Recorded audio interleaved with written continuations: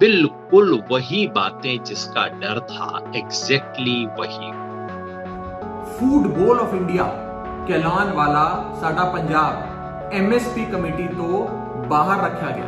Green revolution का भी जन्मदाता है, ਉਹਦਾ ਕੋਈ ਰਿਪਰੈਜ਼ੈਂਟੇਟਿਵ ਰੱਖਿਆ ਨਹੀਂ ਗਿਆ ਉਹਦੇ 'ਚ।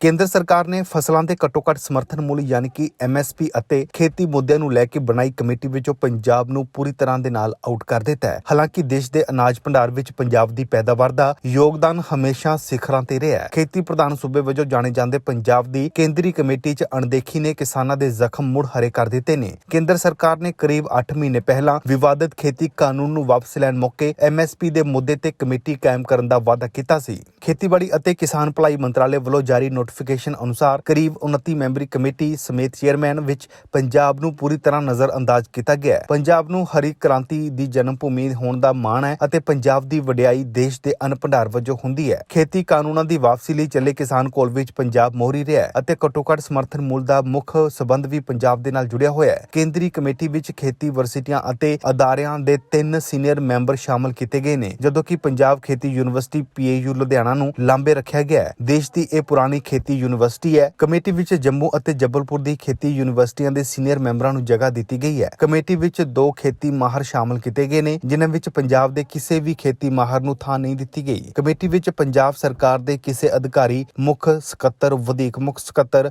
ਪ੍ਰਮੁੱਖ ਸਕੱਤਰ ਨੂੰ ਵੀ ਸ਼ਾਮਲ ਨਹੀਂ ਕੀਤਾ ਗਿਆ, ਜਦੋਂ ਕਿ ਕਰਨਾਟਕਾ, ਆਂਧਰਾ ਪ੍ਰਦੇਸ਼, ਸਿੱਕਮ ਅਤੇ ਉੜੀਸਾ ਸਰਕਾਰ ਦੇ ਨੁਮਾਇੰਦੇ ਸ਼ਾਮਲ ਨੇ। ਕੱਲ ਜਿਹੜੀ ਐਗਰੀਕਲਚਰ ਦੇ ਉੱਤੇ ਕਮੇਟੀ ਬਣਾਈ ਗਈ ਹੈ, ਉਹਦੇ 'ਚ ਅਚੰਭੇ ਦੀ ਗੱਲ ਹੈ ਕਿ ਪੰਜਾਬ ਤੋਂ ਕੋਈ ਰਿਪਰੈਜ਼ੈਂਟੇਸ਼ਨ ਨਹੀਂ ਲਈ ਗਈ। ਉੱਥੇ ਅਸੀਂ ਦੇਖਿਆ ਕਿ ਜਿਹੜੇ ਐਡੀਸ਼ਨਲ ਚੀਫ ਸੈਕਟਰੀ ਨੇ, ਆਫੀਸ਼ੀਅਲ ਰਿਪਰੈਜ਼ੈਂਟੇਟਿਵ ਕਰਨਾਟਕਾ, ਆਂਧਰਾ ਪ੍ਰਦੇਸ਼, ਸਿੱਕਿਮ ਅਤੇ ਉੜੀਸਾ ਦੇ ਲਏ ਗਏ ਨੇ, ਪਰ ਪੰਜਾਬ ਜਿਹੜਾ ਕਿ ਫੂਡ ਬਾਊਲ ਆਫ ਇੰਡੀਆ ਹੈ, ਅੰਨਦਾਤਾ ਹੈ ਭਾਰਤ ਦਾ, ਔਰ ਸਾਰੇ ਪੰਜਾਬੀ ਕਿਸਾਨ ਮਿਹਨਤ ਮੁਸ਼ੱਕਤ ਕਰਕੇ ਗ੍ਰੀਨ ਰੈਵੋਲੂਸ਼ਨ ਦਾ ਵੀ ਜਨਮਦਾਤਾ ਹੈ, ਉਹਦਾ ਕੋਈ ਰਿਪਰੈਜ਼ੈਂਟੇਟਿਵ ਰੱਖਿਆ ਨਹੀਂ ਗਿਆ ਉਹਦੇ 'ਚ। ਤੋਮਰ ਸਾਹਿਬ ਨੂੰ ਡਿਮਾਂਡ ਰੱਖੀ ਹੈ ਅਤੇ ਅੱਜ ਮੈਂ ਪਾਰਲੀਮੈਂਟ 'ਚ ਵੀ ਇਹ ਚੁੱਕਣ ਜਾ ਰਿਹਾ ਵੀ ਇਹ ਪੰਜਾਬ ਦੇ ਕਿਸਾਨਾਂ ਦੀ ਰਿਪਰੈਜ਼ੈਂਟੇਸ਼ਨ, ਔਰ ਖਾਸ ਕਰਕੇ ਸਾਡੇ ਕੋਲ ਪੰਜਾਬ ਐਗਰੀਕਲਚਰ ਯੂਨੀਵਰਸਿਟੀ ਹੈ, ਇੰਨੇ ਐਕਸਪਰਟ ਨੇ, ਉਹਨਾਂ ਦੀ ਰਿਪਰੈਜ਼ੈਂਟੇਸ਼ਨ ਤਾਂ ਉੱਥੇ ਹੋਣੀ ਚਾਹੀਦੀ ਸੀ ਔਰ ਆਫੀਸ਼ੀਅਲ ਦੀ ਹੋਣੀ ਚਾਹੀਦੀ ਸੀ। ਜੇ ਤੁਸੀਂ ਕਮੇਟੀ ਆਪਾਂ ਬਣਾਈ ਹੈ ਜਿਹਦੇ 'ਚ MSP ਮੁੱਦਾ ਹੈ, MSP ਨੂੰ ਜ਼ੋਰਦਾਰ ਕਿਵੇਂ ਬਣਾਇਆ ਜਾਏ, ਉਹਦੀ ਉਹ ਪਾਰਦਰਸ਼ੀ ਕਿਵੇਂ ਬਣਾਇਆ ਜਾਏ, ਕਮਿਸ਼ਨ ਆਫ ਜਿਹੜਾ MSP ਤੈਅ ਕੌਣ ਕਰਦਾ ਬਣਾਉਂਦਾ ਵੀ ਕਿੰਨੀ ਆਪਣੀ ਖਰਚਾ ਆਇਆ, ਕਿੰਨਾ ਮਾਰਜਨ ਹੈ ਸਾਲ ਦਰ ਸਾਲ, ਉਹ ਕਮਿਸ਼ਨ ਹੈ ਐਗਰੀਕਲਚਰ ਕਾਸਟ ਔਰ ਪ੍ਰਾਈਸ ਦਾ। ਉੱਥੇ ਵੀ ਬਈ ਵੈਕੈਂਸੀਆਂ ਕਿਸਾਨਾਂ ਦੀ, ਜਿਹੜੇ ਫਾਰਮਰ ਰਿਪਰੈਜ਼ੈਂਟੇਟਿਵ ਦੀਆਂ ਵੈਕੈਂਸੀਆਂ ਕਈ ਸਾਲਾਂ ਤੋਂ ਖਾਲੀ ਪਈਆਂ, ਉਹ ਵੀ ਮੈਂ ਸਰਕਾਰ ਅੱਗੇ ਅਪੀਲ ਕਰਦਾ।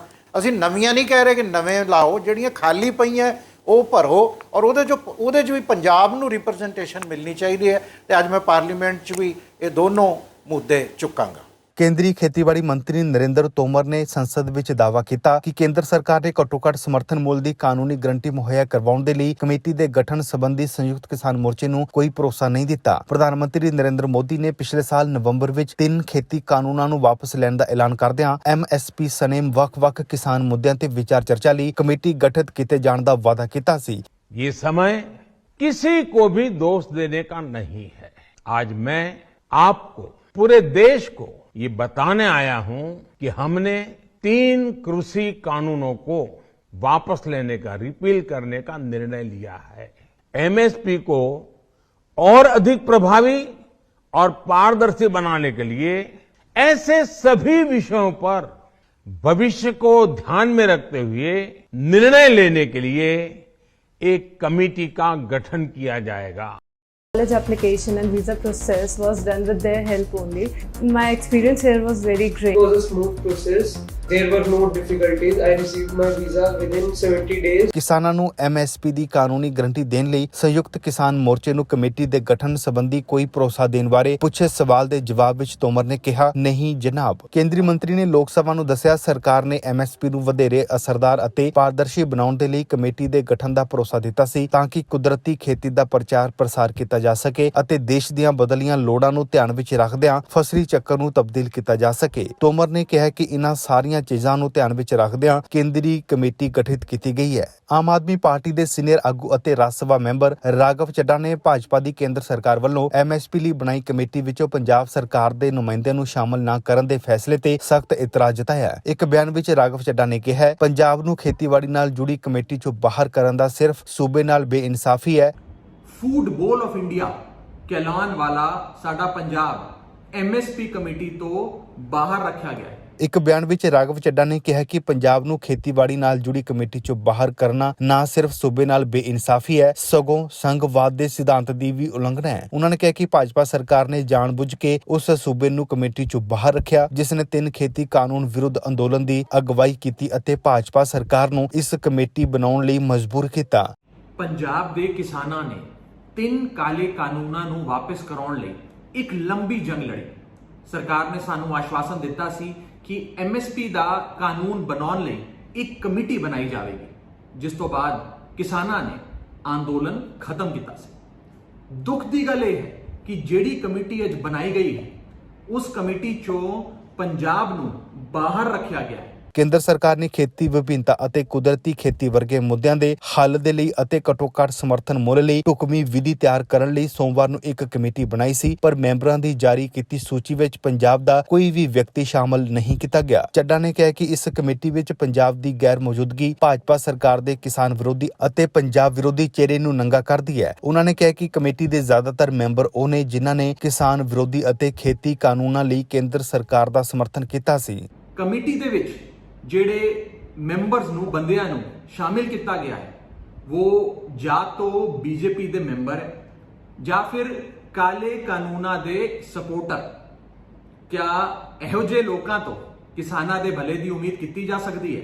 ਸੰਯੁਕਤ ਕਿਸਾਨ ਮੋਰਚੇ ਨੇ ਕੇਂਦਰ ਸਰਕਾਰ ਵੱਲੋਂ ਬਣਾਈ ਗਈ MSP ਬਾਰੇ ਕਮੇਟੀ ਨੂੰ ਰੱਦ ਕਰਦਿਆਂ ਕਿਹਾ ਕਿ ਇਹ ਕਿਸਾਨਾਂ ਦੀਆਂ ਅੱਖਾਂ ਵਿੱਚ ਮਿੱਟੀ ਪਾਉਣ ਦੀ ਕੋਸ਼ਿਸ਼ ਹੈ। ਮੋਰਚੇ ਦੇ ਆਗੂ ਡਾਕਟਰ ਦਰਸ਼ਨਪਾਲ ਨੇ ਜਾਰੀ ਬਿਆਨ ਵਿੱਚ ਕਿਹਾ ਕਿ ਜੋ ਸ਼ੰਕੇ ਮੋਰਚੇ ਵੱਲੋਂ ਪ੍ਰਗਟ ਕੀਤੇ ਗਏ ਸਨ ਉਹ ਸਹੀ ਸਾਬਤ ਹੋ ਰਹੇ ਨੇ। ਮੋਰਚੇ ਨੇ ਸ਼ੰਕੇ ਪ੍ਰਗਟ ਕਰਦਿਆਂ ਸਵਾਲ ਖੜੇ ਕੀਤੇ ਸੀ ਕਿ ਇਸ ਕਮੇਟੀ ਦੇ ਚੇਅਰਮੈਨ ਅਤੇ ਮੈਂਬਰ ਕੌਣ ਹੋਣਗੇ, ਕਿ ਇਸ ਵਿੱਚ ਸਰਕਾਰ ਦਾ ਦਬਦਬਾ ਬਣਿਆ ਰਹੇਗਾ, ਇਸ ਵਿੱਚ ਸੰਯੁਕਤ ਕਿਸਾਨ ਮੋਰਚੇ ਤੋਂ ਇਲਾਵਾ ਹੋਰ ਕਿਹੜੀਆਂ ਕਿਸਾਨ ਜਥੇਬੰਦੀਆਂ ਨੂੰ ਬੁਲਾਇਆ ਜਾਵੇਗਾ, ਕਿਤੇ ਸਰਕਾਰ ਇਸ ਨੂੰ ਆਪਣੇ ਹੀ ਖਾਸ ਨੁਮਾਇੰਦਿਆਂ ਦੇ ਨਾਲ ਤਾਂ ਨਹੀਂ ਭਰ ਦੇਵੇਗੀ। ਇਸ ਕਮੇਟੀ ਦਾ ਏਜੰਡਾ ਕੀ ਹੋਵੇਗਾ? ਕੀ MSP ਨੂੰ ਕਾਨੂੰਨੀ ਦਰਜਾ ਦੇਣ ਬਾਰੇ ਵੀ ਵਿਚਾਰ ਕਰੇਗਾ ਜਾਂ ਇਹ ਕਿ ਇਸ ਨੂੰ ਗੱਲਬਾਤ ਵਿੱਚੋਂ ਵੀ ਕੱਢ ਦਿੱਤਾ ਜਾਵੇਗਾ? ਕਮੇਟੀ ਦੇ ਅਧਿਕਾਰਤ ਨੋਟੀਫਿਕੇਸ਼ਨ ਤੋਂ ਸਪਸ਼ਟ ਹੋ ਜਾਂਦਾ ਹੈ ਕਿ ਇਸ ਸੰਬੰਧੀ संयुक्त किसान मोर्चे के सारे शंके सच हो गए ने। कमेटी में कमेटी के अध्यक्ष कौन रहेंगे? क्या कोई किसान इसका अध्यक्ष होगा?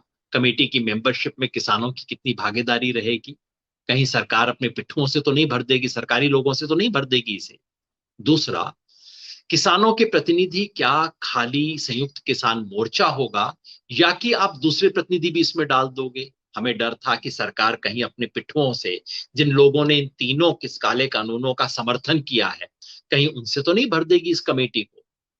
और तीसरा, हमने कहा था कि कमेटी की TOR बताइए, यानी कि कमेटी का एजेंडा क्या होगा, कमेटी किन बिंदुओं पे विचार करेगी। डॉक्टर दर्शनपाल ने अगे कहा कि कमेटी के चेयरमैन साबका खेतीबाड़ी सकत्तर संजय अग्रवाल ने, जिन्हां ने तिन्ने किसान विरोधी कानूनां बारे अते अंत तक इन्हां दी वकालत कीती सी, उन्हां दे नाल नीति आयोग दे मैंबर पर करन दे लई हुणे कॉल करो दिल्ली ब्रांच दे लई 9696875875, पंजाब ते चंडीगढ़ ब्रांच दे लई 8725875875।